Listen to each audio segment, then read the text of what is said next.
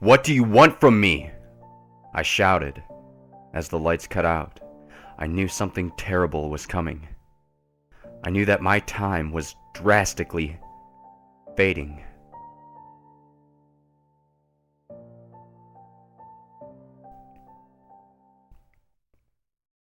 A month ago, I stumbled across something very interesting for a person like me. When I say a person like me, I mean something dark, paranormal even. Growing up, I had a deep love for the Hollywood horror. You know, the monsters, ghosts, and ghouls of the cinema. Over time, as I got older, my taste for the supernatural became more in-depth. Instead of a simple Saturday night watching an 80s slasher killer flick, I would scan through the internet for real legends. Not just urban legends like Bloody Mary or the Candyman per se. However, those were the first. It started with searching for things that could have a plausible effect on the average person. As far as movies go, Jason wanted revenge on bullies at Crystal Lake. Freddy, driven by the same thirst for the parents that burned him alive.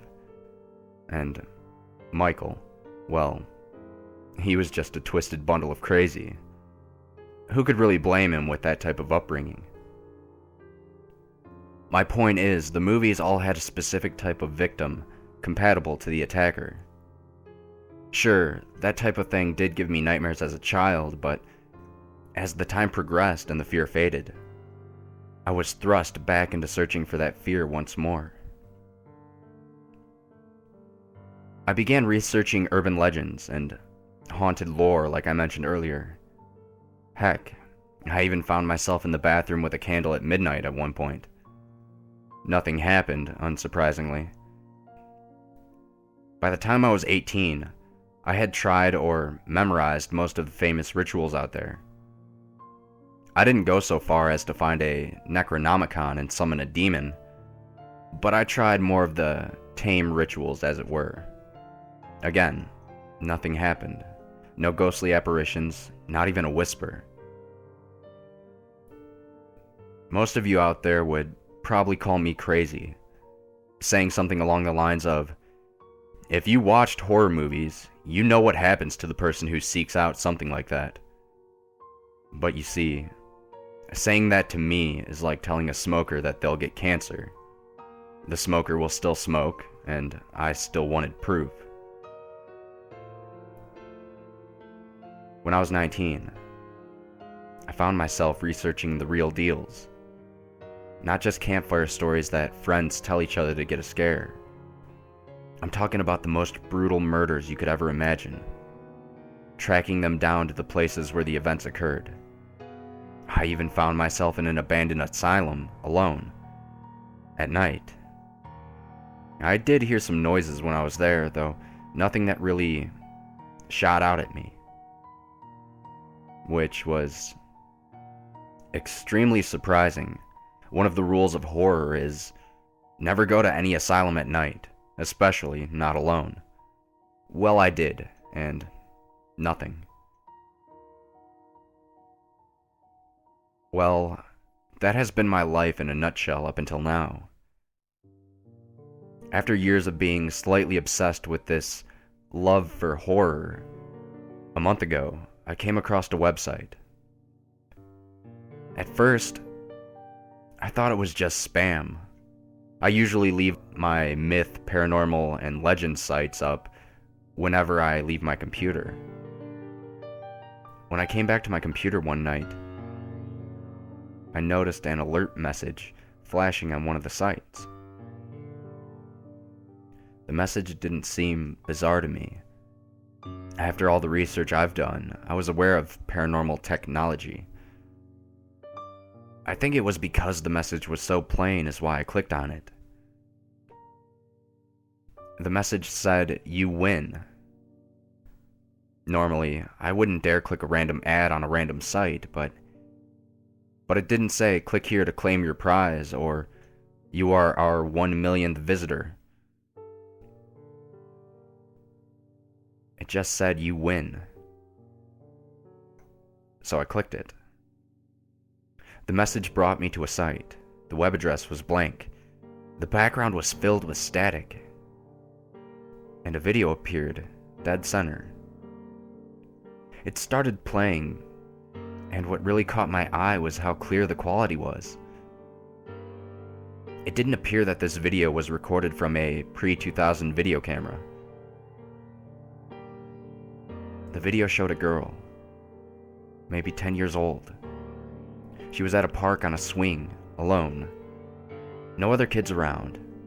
At first, I assumed the person recording her was her parent, though it became quickly apparent that the cameraman wasn't a relative.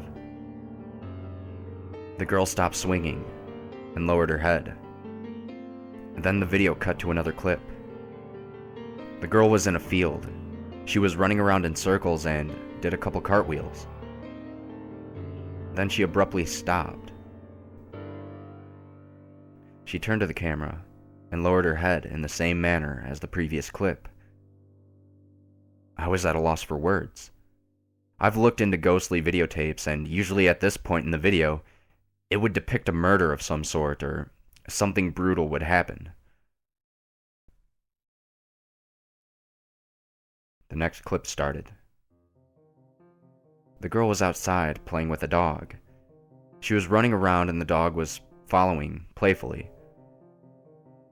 Then the video feed glitched, almost as if something was edited out, and the girl was standing still, head lowered, and the dog was missing.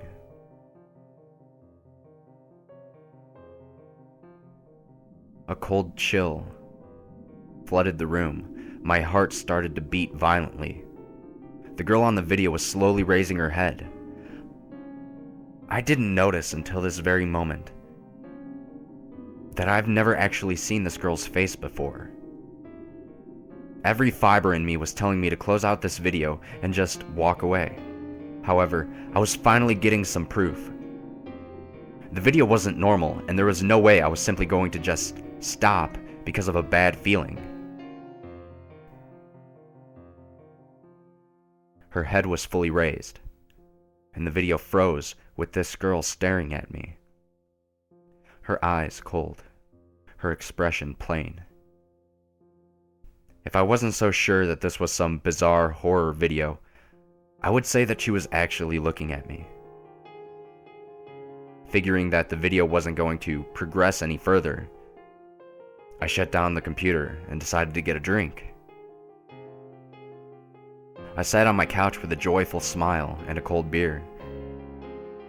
I had actually experienced something truly malevolent, and I couldn't have been happier.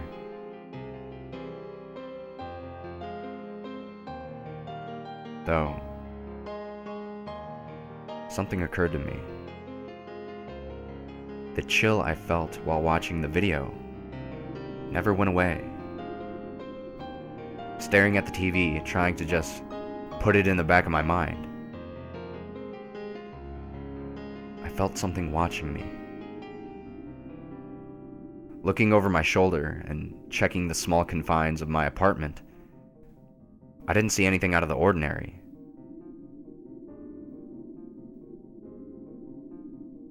That's when I heard a knock on my window. Immediately, I got up, grabbed my keys, and left the apartment. I got in my car and began to drive as fast as possible. The reason I was fleeing from a random knock was because I lived on the 4th floor. As I drove, the streetlights started to become fewer and fewer. Before I knew it, I was on a lightless road. I had to have been losing my mind. I pulled over and stopped to think logically for a moment. If this ghost was haunting me, it had to have been driven by something: revenge, anger, something, anything. I paused, took a breath, and then started the car. When the lights came on, the girl was standing right in front of my car, her head lowered, her body almost twitching. Before she could raise her head, I floored it and drove right through her. I was sure that this ghost, or whatever it was, wanted me. I made it about a mile down the road. My car died. Now I was scared. The only chance I had now was to run. I got out of the car and began to walk down the road. It was so dark on this road, the type of road where people get murdered and are never seen again. A little ways ahead of me, I noticed streetlights, thinking to myself, finally, a town.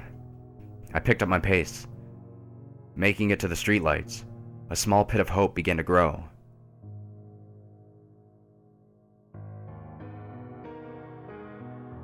That's when I saw her. The little girl. Only her head wasn't lowered. She was looking dead at me. "What do you want from me?" I shouted. The girl replied with, "To warn you about the cameraman." As the lights cut out, I knew something terrible was coming. I knew that my time was drastically fading.